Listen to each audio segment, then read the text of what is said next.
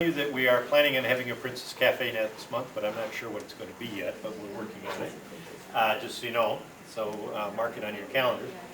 We're fortunate today to have a group of people that are going to talk about old-time radio and old-time radio sound effects. They didn't tell me they were coming in costume, so that's kind of an added benefit.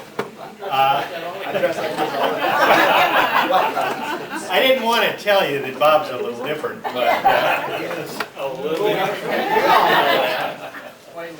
But Bob volunteers for us out here, and as we were putting together ideas for the Princess Cafe, he suggested, along with Vicki Snyder, who is our educator, that we talk about old-time radio and the sound effects, because I am of an age where I can remember radio, but I wasn't old enough to remember it vividly. But we didn't have a TV until the mid-50s, and I was born before the mid-50s. I do remember, radio and the sound effects and the shadow and some of those. So I think what you're going to hear today is how they made all of that kind of interesting stuff happen. And I will introduce Bob Nowicki, who is here with a coffee cup in his hand, and I will let Bob introduce the rest of his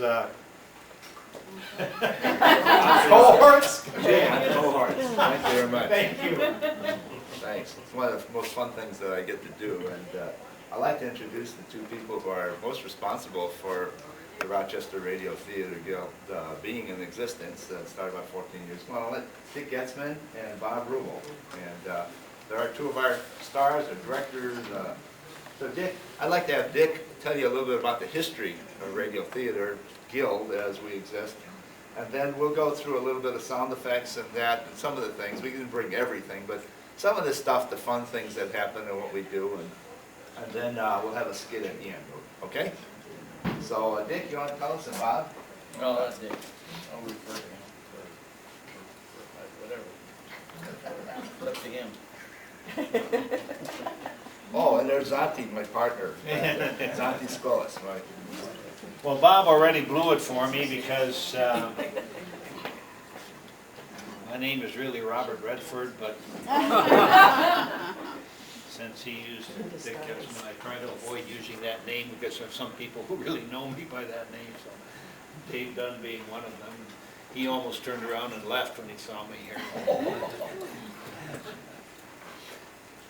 We started Rochester Radio Theater Guild actually as just as a group, as a fundraiser for the Civic Theater back in 1988.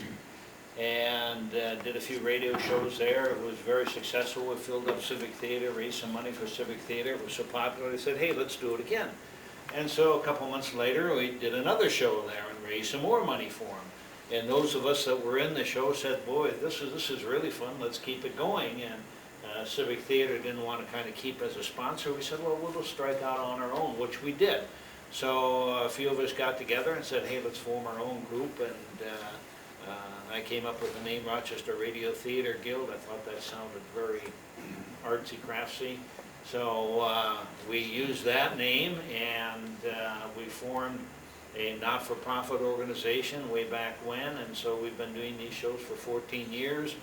And over the years, we have probably done close to about 200 shows, probably 150, 170 different episodes of different shows. We repeat shows, of course, from time to time that when we do a road show, maybe like we're going to do for you today after Zonti and Bob do their sound effects bit, we're going to do Who's on First, Abbott and Costello. We've done that quite a few times. It's one of our favorite bits, and we think it's probably the classic comedy routine ever. I mean, it's the best. It's the cleverest, and we think the best, so we'll be doing that. Well, we've done shows ranging all the way from ones you probably all remember. Lone Ranger, and name one we've probably done it. Lone Ranger, The Strange Dr. Weird, Inner Sanctum, Suspense, Dimension X, Fibber McGee and Molly, Our Miss Brooks, My Friend Irma, Stage Door Canteen, Manhattan Merry-Go-Round, Kraft Music Hall, Chevrolet Musical Moments, National Barn Dance, But the Shadow, there's some more. Mysterious Traveler, The Whistler, which happens to be one of my very favorites. The Whistler, we thought very consistent. The Whistler and Strange Dr. Weird are two of my very favorites. For the comedies, we've done a lot of Fred Allen, Allen's Alley. You remember all the denizens of Allen's Alley, Senator Claghorn, Titus Moody, Ajax Cassidy, Mrs. Nussbaum. Yeah, so we've done all of those. We have a show, let me remind you, we have a show coming up November 1st and 2nd at the Civic Theater, so be sure to mark your calendars. It is going to be, well, we keep thinking, I guess every show is our best show. We hope that we're progressing every time we do a show. But this show in particular, we're going to do a salute to veterans. It's very close to Veterans Day. The music portion is going to be Stage Door Canteen, which at the time it was done during World War II was a salute particularly to the servicemen and women in the armed forces, broadcast on Armed Forces Radio, of course, to all the troops in Europe and Pacific. So we're going to make a very special effort to honor the veterans at that show, and we'll be doing Inner Sanctum. What do you remember from Inner Sanctum? Creaking door, yes, and Bob will be talking about the squeaking door. We'll be doing Inner Sanctum. It's a program called The Voice on the Wire, about a voice that keeps calling on the telephone. Supposedly the telephone wire is down, so how could somebody be calling on the wire? And we'll be doing Bob and Ray. It's a public service announcement from Bob and Ray. We'll be doing Our Miss Brooks. And let's see, what else? Stage Door Canteen. And who's on first? Oh, we know who's on first. Well, who's on first is going to be Anyway, yeah, well, I thought it's it going to was be a gonna good be show. Canteen. It's going to be a really good show, and so mark that down. You can get your tickets in advance at the Mox office at Civic Theater, probably into September. September, October, we'll start selling tickets there. So, without further ado, let me turn this over to Bob and Santi, and they're going to talk to you at first about some of the sound effects that we use for our shows. We try very hard to recreate the old sound effects the way they might have been done or actually were done. We could opt out very easily and get all the electronic sound effects we wanted nowadays, and we could just push a button and have every sound effect just absolutely perfect. But that isn't the way they did it with old-time radio. They found ways to create them mechanically.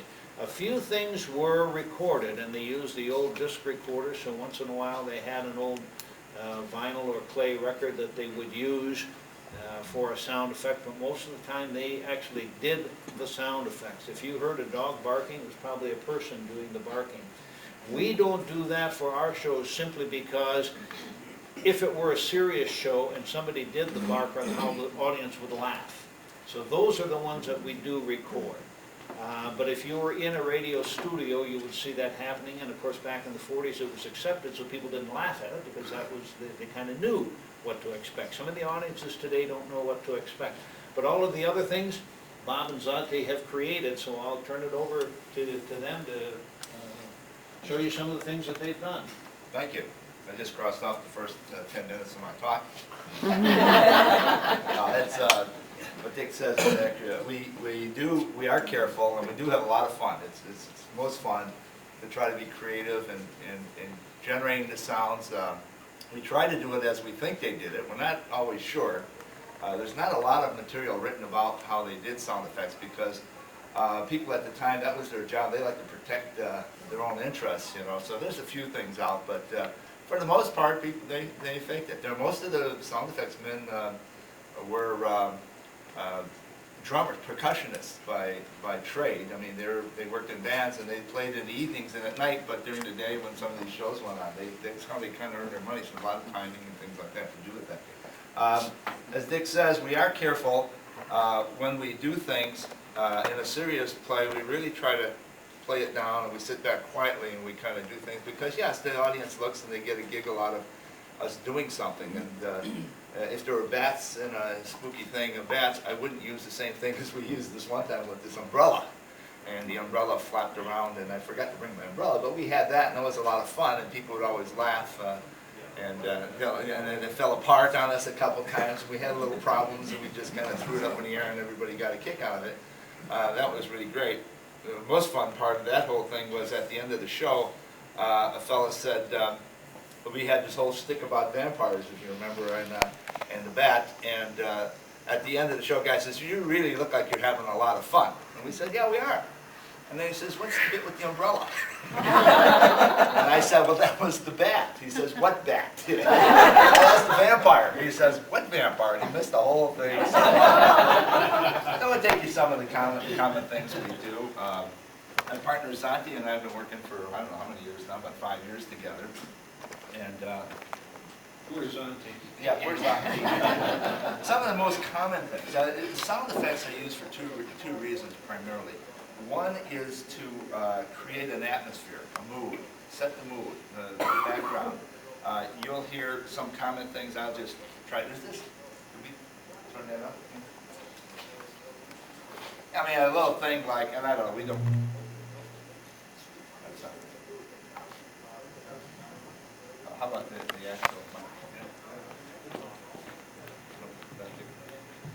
Yeah, you're working Doing out. it? Can you hear it? All right. Well, can you hear that? No, I don't hear it. But you might do crickets at night or something, or you might frogs, thunder, set the atmosphere. Sometimes somebody opens the door. And you hear about the wind machines? This is our wind machine. And I kind of modified it a little bit and try to fix it up, but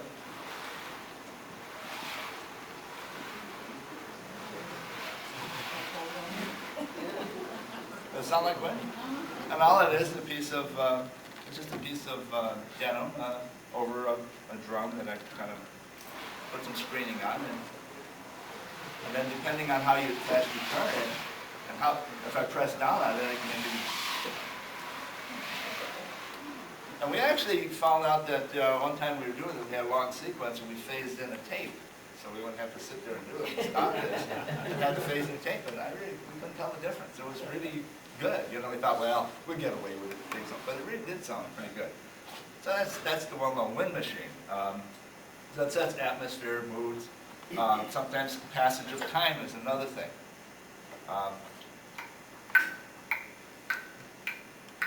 Just tick-tock, so you just do that in the background, and people get down and time is going by. We do that with music. Mitzi will play some kind of a little transition sequence and things like that. The other, probably most used thing besides was probably footsteps and doors. Zonky, you want to do the honors on the door? Let's see if this will pick up. This door has a lot of features to it, and one is just a plain opening and closing of it. And I can take the little, and you have the store. Yeah, just a simple bell. And I have to remember to put this back on there. We made it so it comes off, but it's best to just put the little piece on. Then I have latches on the top, and then a low one, different kind. Then Bob designed this. Before we do that one, let's just talk about a couple other efforts. The squeaky door. We're trying to experiment. Well, what can we do for squeaky doors? So I started trying to be creative, and I come up with a couple of different things. Some of it for nail pulling and other things, but now this is a little tight now. See, you have to. This is why we don't use this, but there's a squeak. And then there's another version like this. I kind of like that one. And this one here, like the turkey call. Yeah, and we use that one. We actually used that one for the squeaking door, and we also used it for pulling nails and a porch being ripped apart, and we just made a real raucous sound on it. And this is, something like that. So that was it. But One show the floorboard was being ripped up where the treasure was underneath. did we hook this one up? But we finally got smart and we rigged up the thing on here because I really wanted it to work with the sequence. And one of the better ones now is. There we go. And you know what that is? I mean, this is simplicity. Try to be simple. A little shoelace with some rosin on it over, as you can see this here, a little dowel, on that frame with some rosin on it. Just as simple as, you know, rosin on a shoelace and you know, I think I thought about this for about 5 years. Why in the heck don't we just do this with a little spring and rosin? So, you know, some of the effects are very effective and they're very simple and they're fun, you know. Simple, but it took him 5 years. Oh, here's another one. This is the one that the books all talk about what they use. Now, they actually in the creaking door, the creaking door that they used in the radio, they said was an old chair. It was a wooden chair that they had down in their basement, and somebody was sitting in it, and they'd wreck it, and it would move it, and it would creak, you know, so that's what they said. But this was what the books tell you to do, is get a hinge and try to get it rusty, and then put, doesn't, you see, we don't use this because it's not that consistent, but sometimes it will. We can never get it to work right. Sounded like a good idea. So Sounds like a good get it idea. rusty. Now, I've left this out for a month. It doesn't get rusty because it's out. And also, is Oh, a trap door. We used that in the last show as a trap door. Yeah. So, and then it made that hinge sound, so you could. Yeah. So you know, we fool around with these kind of things. We try to set atmosphere. By the way, a kitchen or a cafeteria or something. You just rattle a few dishes with some knives and forks on it. It's as simple as that. And, you know, you got a scene in the kitchen or whatever. So that's. And it works really well if he does it on cue, too. Yeah, that's the thing we haven't quite, you know, mastered. Doing it at the right time, you know. I think we're supposed to open the door, and instead we might do a, you know, like a scene. What's it? That was a ship's call. Ship's bell. I actually have a ship's bell too that we use, but this kind of sounded neat. And for a comedy sketch, we do the Vickersons. This looks a little better, you know. You just knock on a piece of pipe and that sounds good. Oh, talking about drums. You know, one of our favorites. You know, we have a chime, and we didn't bring it today, but we have a cymbal that sounds like a chime, and we had a lot of fun doing the Pepsi-Cola. You know, Pepsi-Cola. That's the one that I missed the cue at the time. Yeah. Oh no, Northwest Pepsi. Northwest Orient. Northwest Orient. Northwest Orient. Boom. You know. So we were doing a show up in the cities for a hospital, and we happened to see something in the back room. So Zanti had the chime. We're about ready to hit it because it's a brand new chime. Instead, we pulled this out.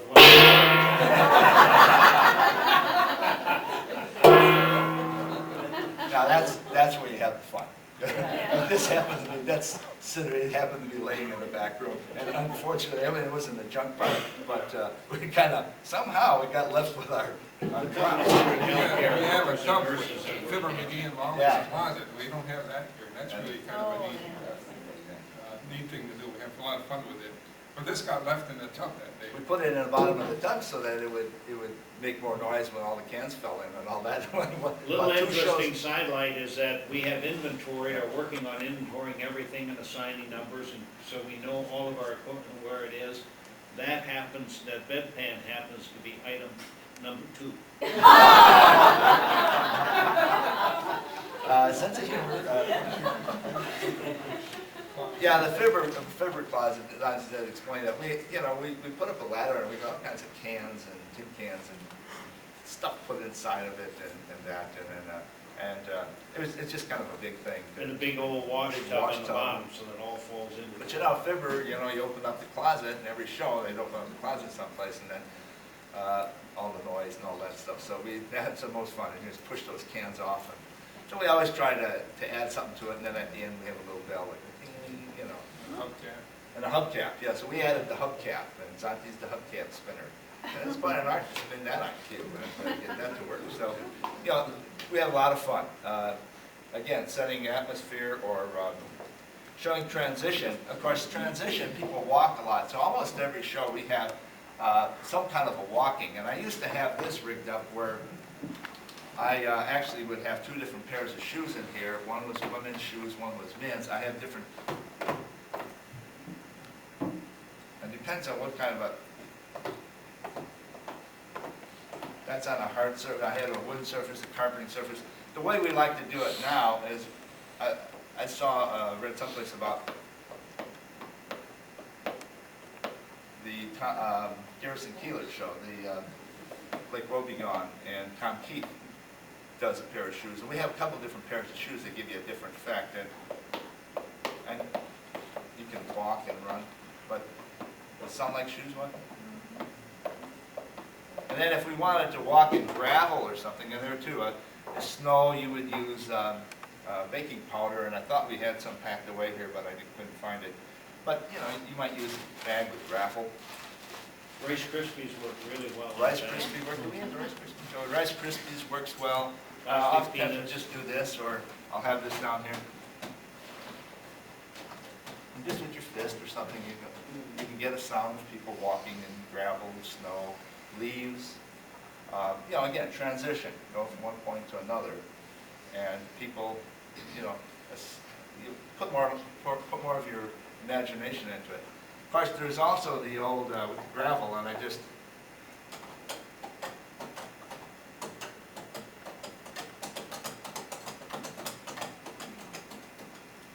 now this here kind of, I never did like this. It looks like I'm dancing, but I prefer cups.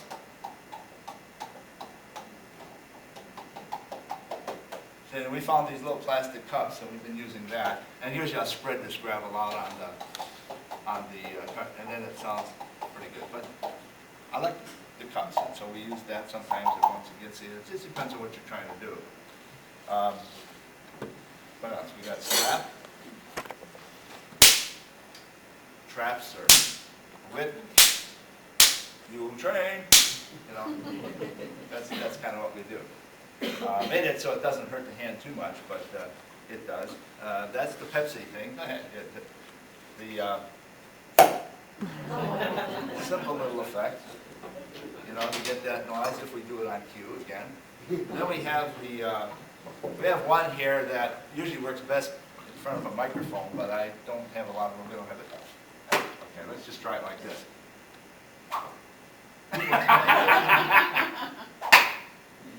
That's all right. We did it all right. A little golf ball, guys think of swinging a golf ball? Or an arrow in a flight, an arrow, and then you can take a knife and stab it in a piece of wood, boom, boom, you know. So it's just stuff like that, you know. We sit around and hit each other. Bodies that people get stabbed, shot. They might clipboard. They may have a clipboard around here. Clipboard makes a great gunshot. We have some guns in that. But we found out that a clipboard, just snapping a clipboard, really makes a good shot. But you'll hear, and it took us a while to figure out. Well, we usually have it on a, let's try it on that. So it might be tinny, but let's see. You know, we have a box or something, and we use out these briefcases a lot. Briefcase works good. This briefcase works great. And it took us quite a while. Here, let's try this here. Shoot you. I'll shoot you and you fall, you die. Right? Ready? On that. Okay, ready?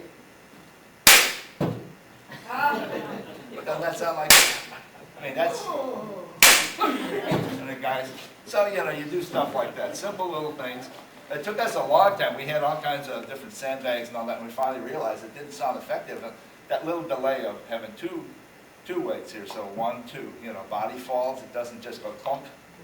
So it's that little nuance in there the ears pick up. So it's It kind of, always gets a laugh for some reason. That sounds People fine. snicker, no matter how serious the show, when a body falls, people snicker.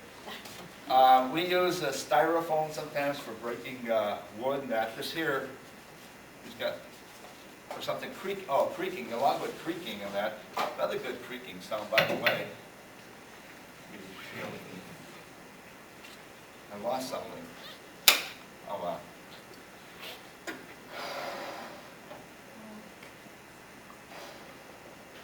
Looking around, anybody see a red? You see the red balloon there? Another balloon? I had a balloon with BBs in it. That's a good thunder thing, and I don't know what happened to it. I had it in the box with it. Sometimes you want to do creaking, like a ship creaking, you know, or something like that.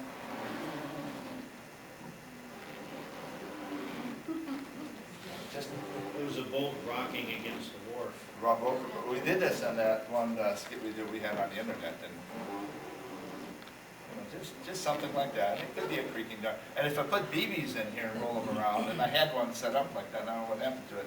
You can roll it like that and it sounds like thunder. We did make a Actually, he 7-foot, blew it up and it had so much hot air. even with the BBs in it, it stayed down, it went up. We did do, we have a 7-foot piece of sheet metal, and we rigged that up so we Tin. can make it tin and make it thunder, and it's very effective. And then ripping.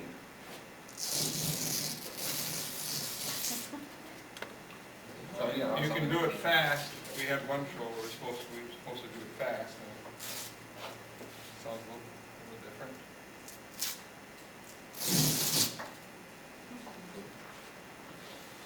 What else?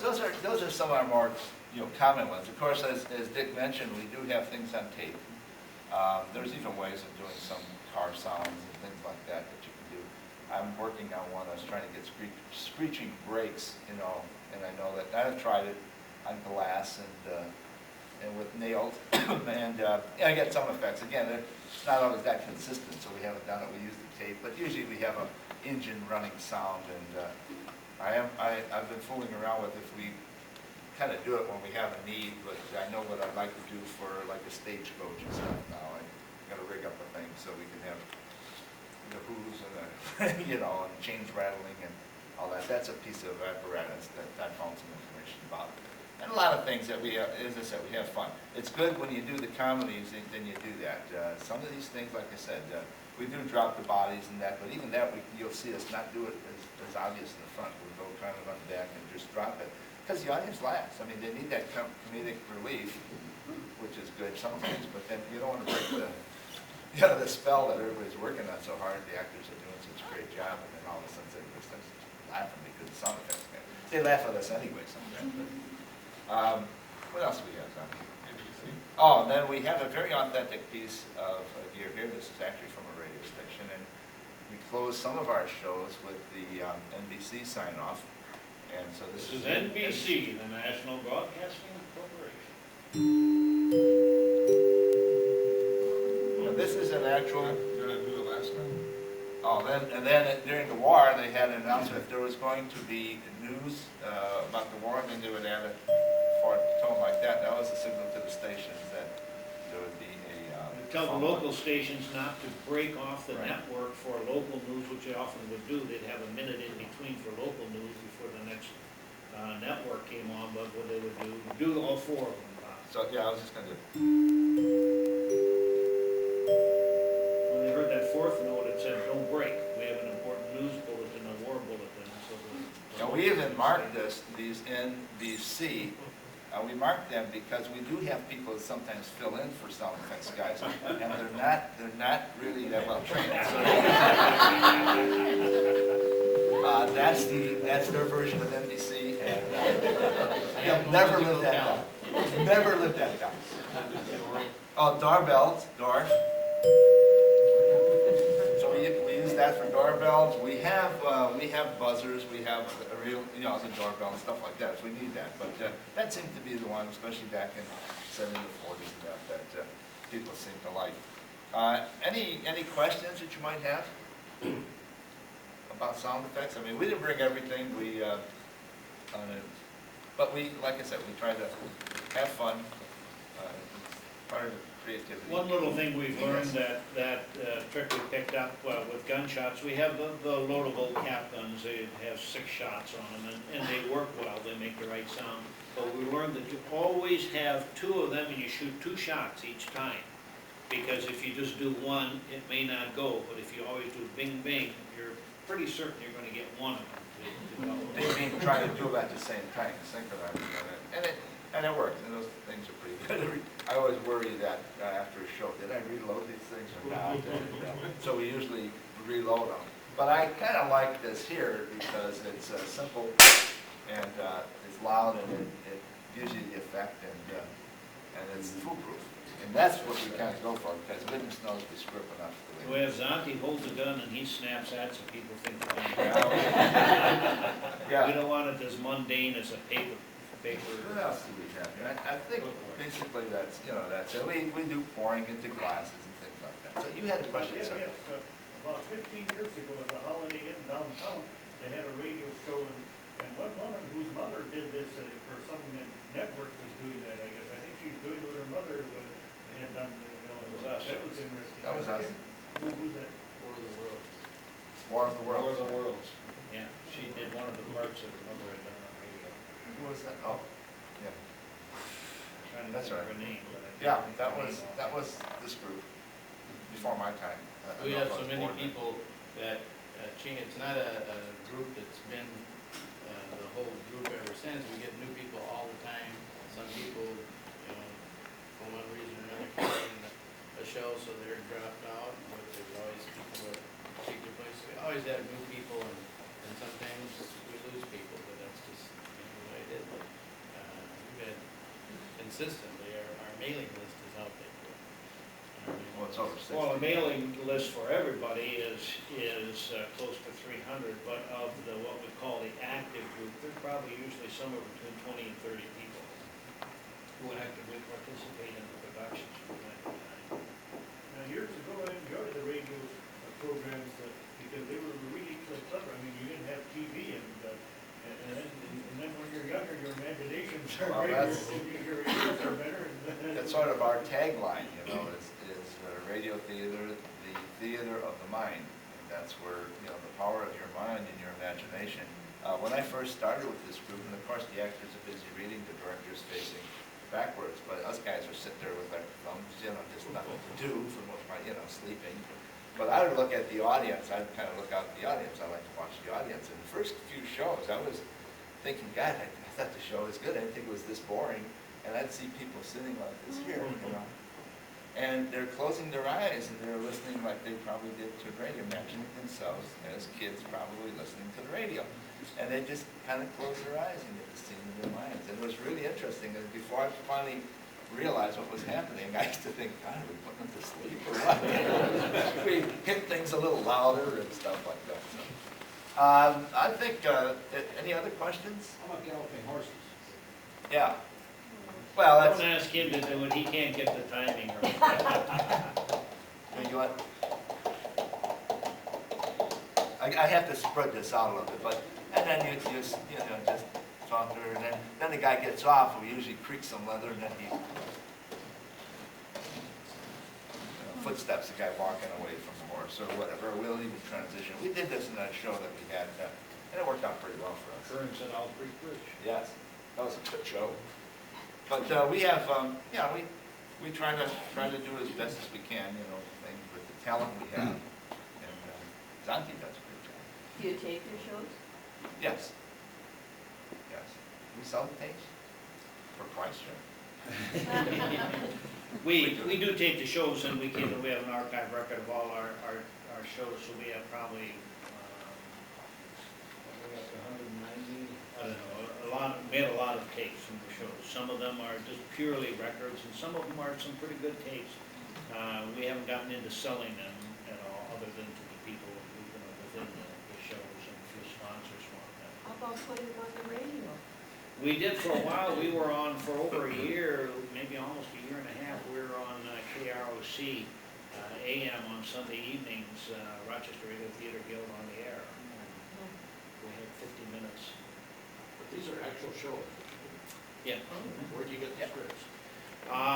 We get tapes of old radio programs and we transcribe them. Most of the old radio programs are public domain now because they were never copywritten. The production of the show was actually copywritten, so in some cases, but in many cases that wasn't even a consideration. They were done and forgotten. Like some of the old TV shows, they were kinescope, and the tapes are so expensive, and they would just take over them from week to week, so that's why we have no records in the early TV shows. But most of them, I say, are in public domain, so we don't have any problem. A few still belong to families. Fibber McGee is still in copyright. I think the Lone Ranger and maybe the Shadow, I don't know, but for the most part, for what we do, we don't have to worry about copyright because we're doing well, we're not making money off of anything. We're 401, and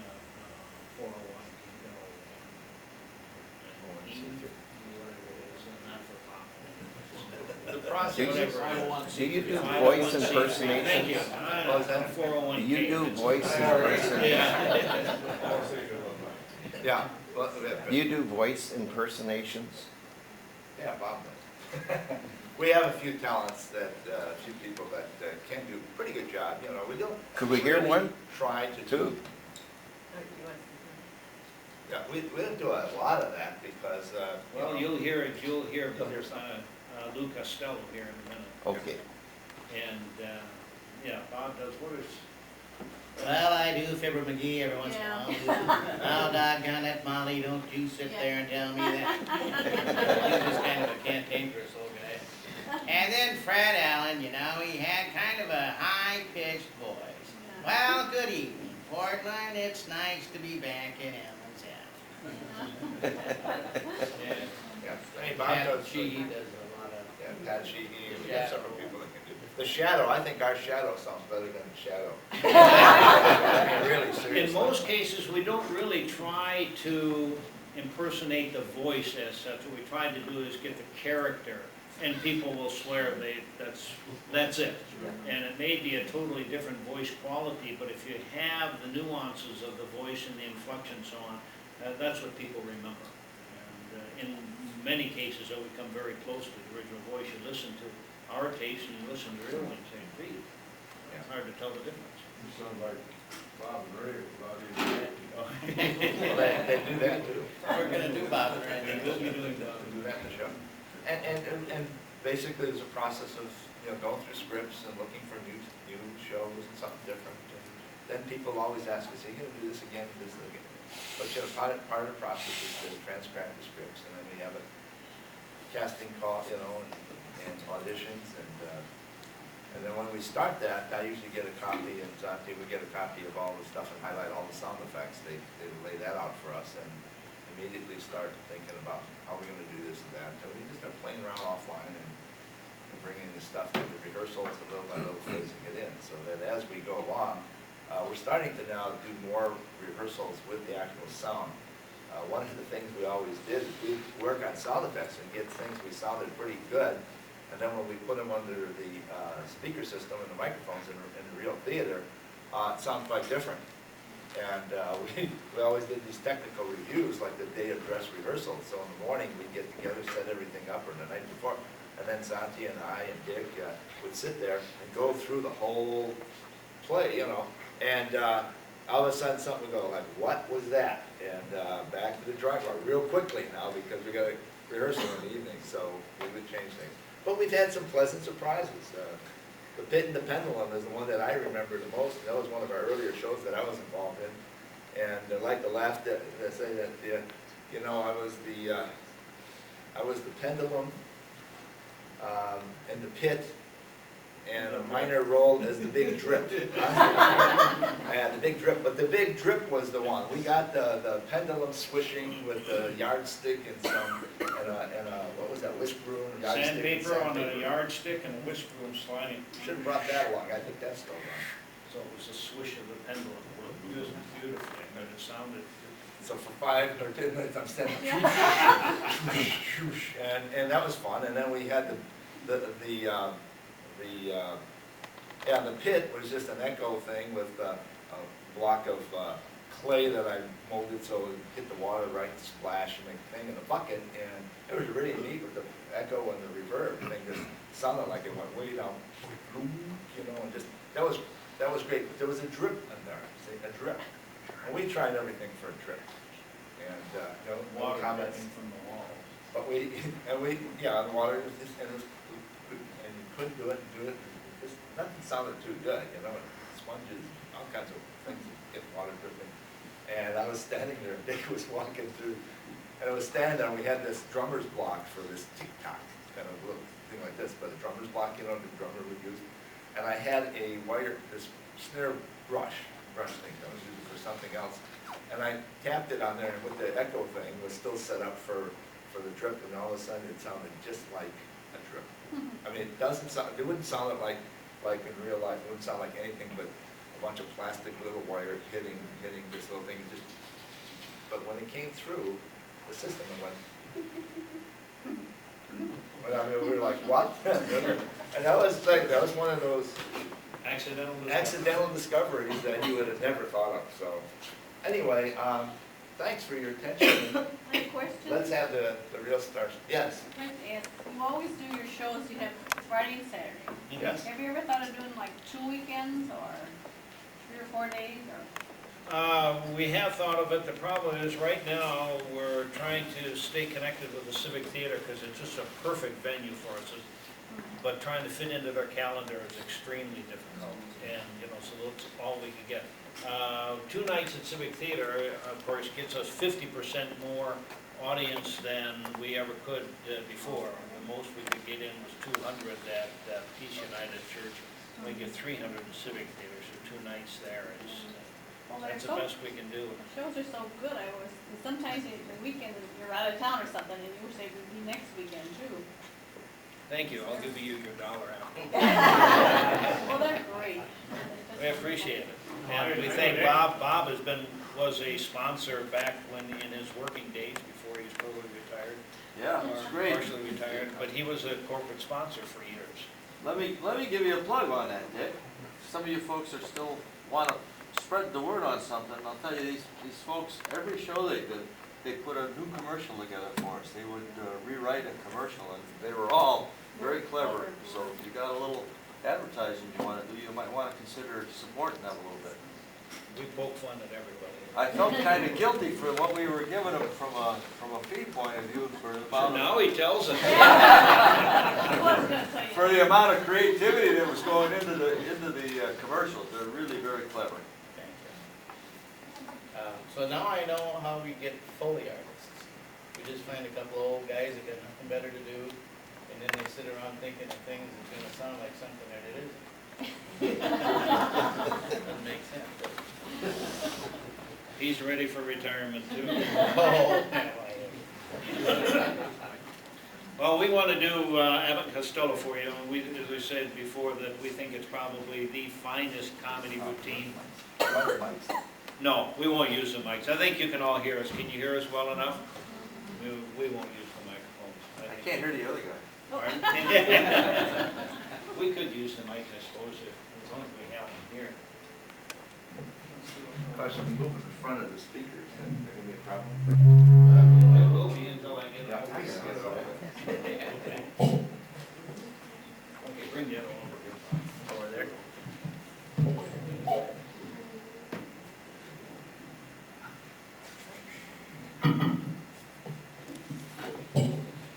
One, two, three, four.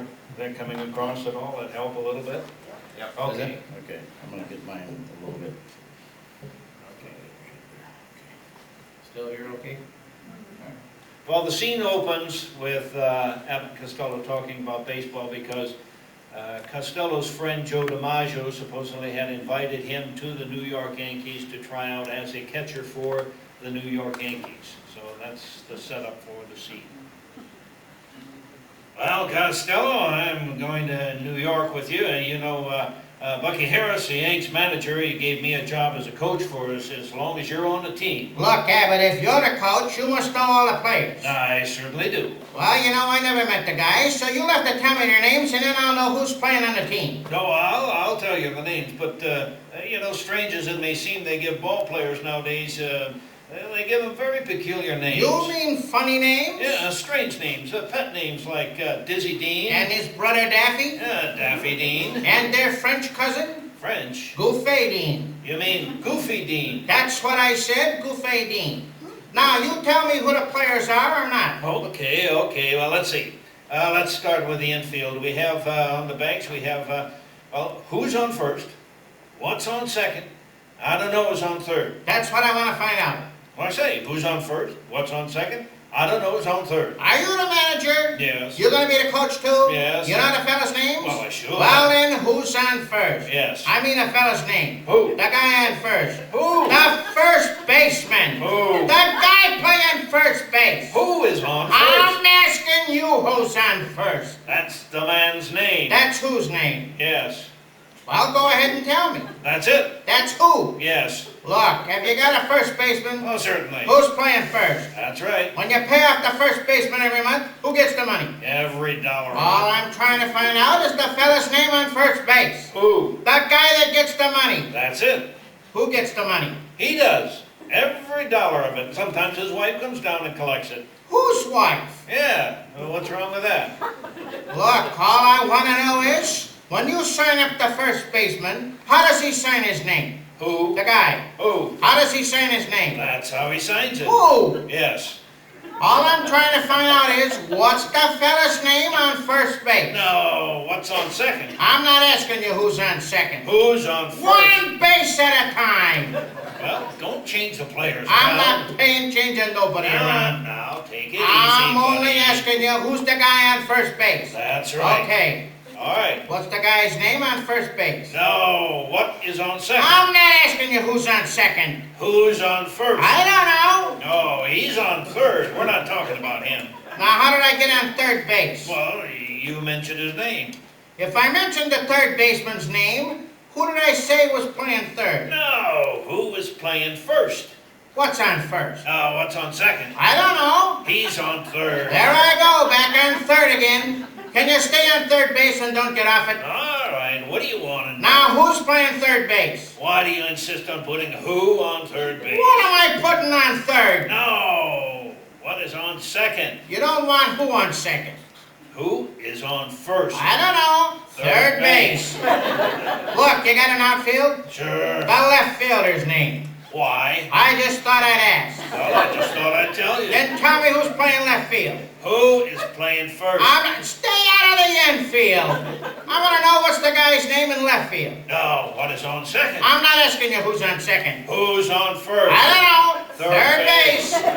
And the left fielder's name? Why? Because. Oh, he's center field.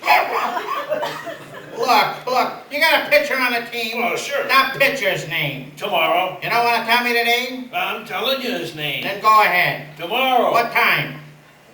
What time what? What time tomorrow you're going to tell me who's pitching? Now listen, who is not pitching? I'll break your arm if you say who's on first.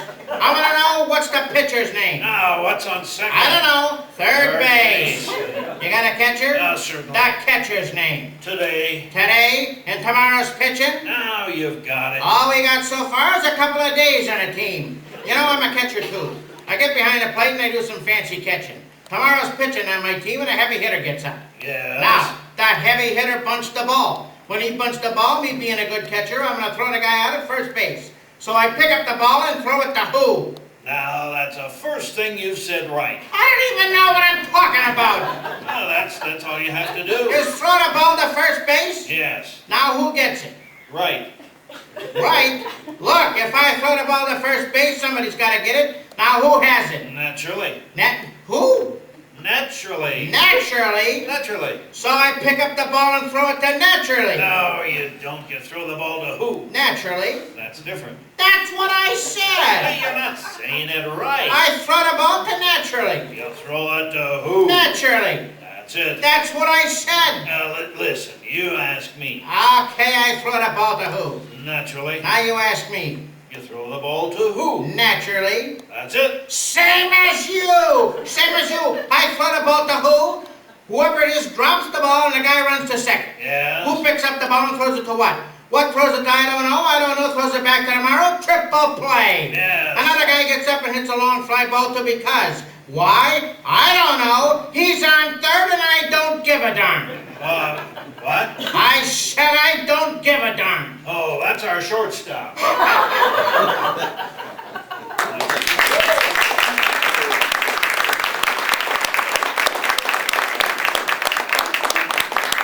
Well, thank you all for being here. Enjoyed having you and enjoyed having you here, and I've enjoyed being here. I have a few brochures left of our Radio Theater Guild. Explains a little bit about our history and some of the things that we've told you. If you want to pick up one of them, why, feel free to come up and take one. Thank you again. If you want to come up and see the stuff up close and play with it, or so, come on up.